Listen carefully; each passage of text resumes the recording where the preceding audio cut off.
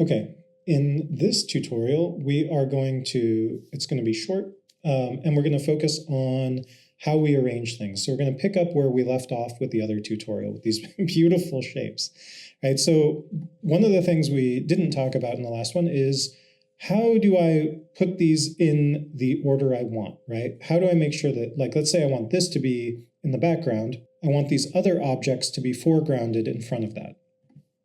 So to do that is not too challenging, and there's a couple ways we can go about it. So first, there's the shorthand way to do something quickly. If I right-click on this object while I have it selected, there's a bunch of different things I can do with this object from here. You can see I can cut it, I can copy it, paste it, etc. But one of the other things I can do is I can go down to Arrange, and I can either send this backward, send to back, or bring to front, or bring forward. In our case, let's just say we're going to send it to the back, right? What that does is it puts it down at the lowest level. So this will be under everything else in the entire scene. If I drag this around, you can kind of see that every other object is now currently on top of that, right? Now, based on the order in which I drew things, I think if I bring this over here, and I was to right-click on it again and go to Arrange and bring forward, right? Now you can see it's actually between these two shapes, right? So it's, even though it looks like it's on top of this one, but that's because of the blend mode, right? But it's between those two shapes, but it's still going to be under everything else that I've drawn, right? So that's like the quick way to do it while you're working. Sometimes you want to, quickly move, adjust, arrange something so you can go here. You can note there are quick keys for all of those as well. But if I want to, say, bring this forward one, right, because this other object was drawn immediately after this one, right, now it is in front of that object. And now I've got a cute little house with like a bush of some sort, and, who knows what else is going to happen here. Right, but so you can kind of see how I can quickly get these shapes put together and drawn. Okay, so the other way to do this that ends up being much more effective, especially once you start having an immense number of objects in your artwork, is to use the Layers panel. And the Layers panel is available here. You can also go up to Window at the top of the screen, and you'll note there's a bunch of different windows you can open up. Layers is one of those. You can also hit F7, and that's the quick key to do it. Okay, so once we open that up, you'll see we have this layer option. And we have all of these different paths, right?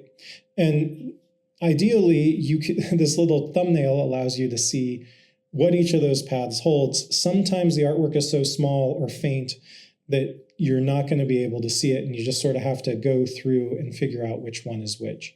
Now, one of the things that tricks a lot of students is you would think that this would select the object. However, it doesn't select the object on the artboard, right? You can see that this object still has the selection, the transform tools available to it, right? And you'll note that only one of these objects has a blue dot next to it. That indicates which one is actually selected in this scene. If I was to go up here and click on this one, now you'll see that this object over here is selected. Again, if I click here, that object over there is selected. But what I can do is, let's say that I actually decide I want this path, which is this background path, let's make sure that's right, to be in front of the triangle again. I can just click here, not on the name, just in space, and I can actually drag this up until that blue line appears, let go, and move it wherever I want it to go in the order of things. I could bring it up to the very top. In this case, I actually want to keep it where it was, but right, this is a way that I can very easily cycle these things around. And as your projects get more complex, this becomes really useful. This is also where you can hide things. So you can temporarily turn artwork on or off, which oftentimes is useful If you're trying to work on something and you need, and one object's on top of it, but you need to be able to see it or select it or manipulate it, and then you're going to try and do that, and you keep selecting the wrong object. So that's something else. That's another way that this can work. So along with arranging, like let's say that we're happy and we want with this house, we're going to call it. And what we would like to do is have this be one object, right? We don't want to have to select both of these. And to select two objects, what you do is you select one, hold down Shift, select the other. If you have two objects selected and you want only one of those objects selected, you can hold down Shift and click on the one you don't want selected and it will deselect it, right? So Shift selects or deselects. And you can do as many objects as you want to. But let's just say the three of these objects, we're happy with their arrangement and we want to move them as a group, right? So one of the ways we can do that, you'll note there's this nice little contextual menu here that because it knows we have multiple things selected, it is suggesting that maybe we want to group these objects. And in this case, we do. So I'm going to go ahead and click group, right? You can also hit Command or Control G on the keyboard. And I'm going to go ahead and undo this. And the last way you can do this is you can go to Object at the top of the screen and go to Group, right? All three are identical things.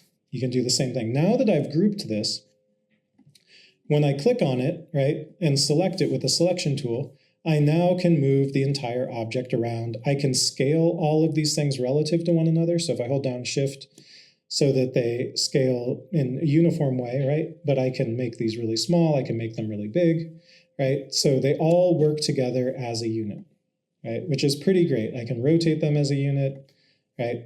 It's essentially one shape. Now, the issue comes in when I want to be able to say, let's say I don't want this roof to be yellow, I'd like it to be some other color, right? But now, in this standard mode, I can't select those individual objects. And what we're going to do is I want to open up the Layers panel again over here. So I'm going to click on Layers. And I want you to see that we now have this object called Group. And there's a little drop-down arrow. And if I flip that open, you'll see that I can actually see those individual elements as well. And this is one way I could work. I could actually select just one of these and then change it there. But there's other ways to do this that typically are the way people tend to work, which is, so I've got my group. And what I want to do is I just want to double click on my group. When you double click on a group, you'll notice that the group stays fully bright. Everything else becomes like 50% transparent. And you'll note that at the top here, there's this little arrow that says Layer 1 and Group. And what this is this is called isolation mode. And you'll note that in my layers, it says isolation mode. And what this allows you to do is it allows you to like work on this group without anything else being active at all. And now I can select the individual elements of the group and I can say, oh, let's make this a dark blue roof instead. God, that's ugly. Let's make it a green roof. Oof. None of these colors are really doing anything good for this composition. But let's just say we're going to stick with orange, right? Okay, so now I've got this, and there's a couple different ways to get out of isolation mode. One is you can just click on this arrow and go back one level. You can also just double click off in space, and that will pop you out of isolation mode, right? So when you have groups or anything that is grouped, there's other things called clipping groups and clipping masks and blends and all sorts of other stuff that ends up being a group-like structure of multiple objects. And in any of those cases, you can very easily adjust those. You can go in there and just double click to enter isolation mode, make your changes. And again, it can be, I could rotate this roof so it's a little bit more straight, but I actually kind of like it at that weird angle. And so you can do any change you would do to a normal object. Okay, so now let's look at how we can align things on a page really quickly. And then this tutorial will be complete. Okay, so let's go ahead and select a handful of objects. I'm actually we could go ahead and work with all of these. I want you to note these are all separate pieces now. They started out as one big object, but they are no longer that. I'm going to delete some of these paths because we don't really need them. So I'm just clicking on them and hitting delete. And then let's say we want to arrange, oh my gosh, let's, right, let's at least put these two things on the artboard together. That's beautiful. Looks like a sun. Because I totally planned all of these things out. Okay, so let's say that we actually want to organize things. Let's say, in fact, we'd like to have these three objects arranged in a way where they're like aligned horizontally on the artboard and they're spaced vertically on the artboard or distributed vertically. So what we need to do is we need to select all three of these objects. So I'm going to go hold down Shift and I'm going to select all three. And when I have all three selected, you'll see they've got that blue center mark in each of them that indicates that they've been selected. Once I've done that, if I come up to this top bar up here, you'll see there's all of these tools here that are for alignment. And so the first one is, this says Align to Selection, right? So what it's going to do now is any of these changes I make, if I was to say vertical align center, right? It doesn't care about the artboard at all. It only cares about the elements that I've got selected, right? So similarly, if I was to come over here and select these three pieces here, which in this case, what I did is I just clicked and drug from emptiness, and that allowed me to select multiple objects at the same time. If I was to then say horizontally align these three, you'll see that they are smashed together there. I'm going to undo that. Let's go ahead and do the vertical align center again, right? So you can see that, again, those are vertically aligned in the center. And then the other tools over here, and let's say I want this object to be centered between these other two objects, what I can do here is I can say horizontal distribute center. And what that's going to do is it's going to figure out where the center of this object is, where the center of that object is, or where the outer boundaries are. And it's going to drop this centered between those two objects. Okay, so let's say that I want to do this, but I want these to be aligned to the artboard. Right now, and let's say right now, what I would like to do is have these be small enough so they all fit on the artboard. So I'm just going to go ahead and hold down Shift, click in the corner here to scale these down. And then now I'm going to leave them offset like that and have all three of them selected just like I have now. Now what we're going to do is, instead of align to selection, we're going to click on this and we're going to say align to artboard. So now I've got this artboard is going to be what this is aligned to. So if I have these three things selected and I do the vertical align center, right, it doesn't move a whole lot because it's actually pretty close to the center. But now if I do horizontal align center, they're all going to horizontally align in the center. However, that's not exactly what I want to have happen, right? I want them to be spaced out. So I'm going to undo that. And what I can do instead is, let's see if we can horizontal distribute center. So there we go, right? We've horizontally distributed this in the center, but what's going on is, right, it's going out to the edges of the artboard. And so that might be something where we actually want to do a selection or have some other boundary here where we want these selected to, right? But in this case, it's doing what we've asked it to do. Okay. There are also other ways of aligning things. You can play with all of these, whether it's, at the top, the bottom. If we actually want to distribute these across there, that's an interesting, form of distribution. You can kind of see how each one of these things works. There's slight variations in each of them. It really depends on how you're working. The other option that you've got is to align things to a key object. So let's say that we like the position of this object and we want to align the rest of these two other objects with that one. So what we can do is we select all three, and then if you hold down Shift, select all three, and then if we say align to key object, right now, the key object is the one with this darker blue outline. If I then go and hold down Option and click on the path of another one of these objects, I can choose that as my key object. So I've got this set as my key object.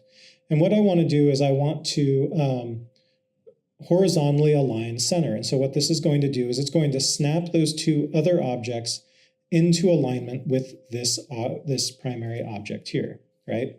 So this is really useful because it allows you to set the position of one object and that you're happy with.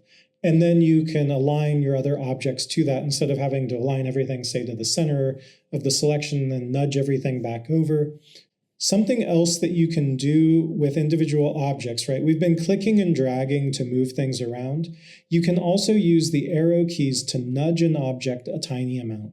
So if I just click on the arrow key, it's essentially like 1 pixel or 1 unit or whatever the smallest movement possible is, right? I can just nudge these things around. So if you want to do some fine-tuned adjustments, you can use the arrow keys to do that. Like for whatever reason, I want, this gap to be about that width, which is about the width of the stroke, and I want this curve to hit there. I don't know why, but I do, right? And so again, maybe I want this to be rotated, and I want to adjust this so that this is a little bit more precise there, right? And then I can scoot this out just a touch, but again, nudging with the arrow, like sometimes dragging because of snapping and stuff like that is a little annoying, but I can use the arrow keys to make some minor adjustments to that. So that's how you do some grouping, some arranging, some aligning, manipulating things, bringing things into the foreground, putting them into the background.